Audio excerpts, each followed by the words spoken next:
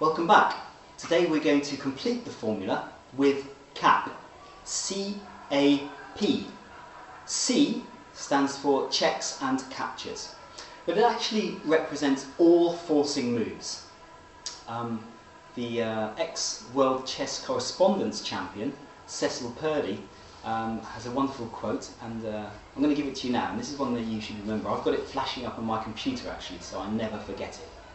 He said, quote, "If the student forces himself to examine all moves that smite, however absurd they may look at first glance, he is on the way to becoming a master of tactics."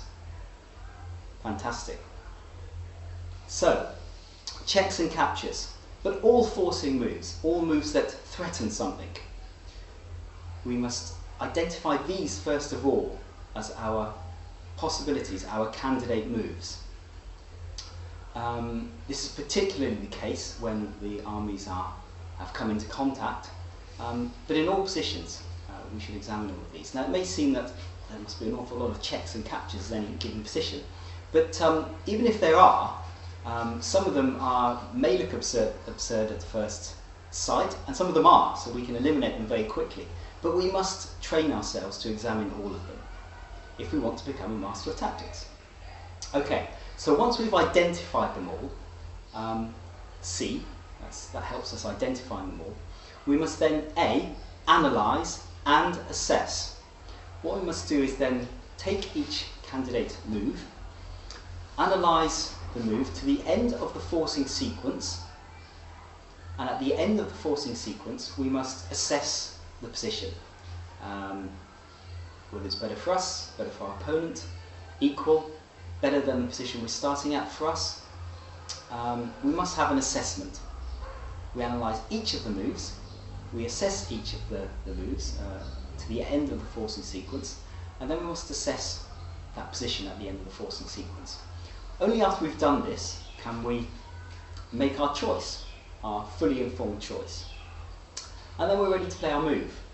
And that's where P comes in. P is for patzer. And here we must apply Blumenfeld's rule, which some of you may have heard.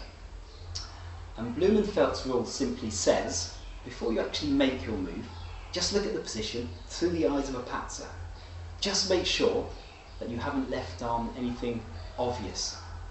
Just make sure that immediately after your move there isn't a one-move checkmate or capture of your queen for absolutely no compensation.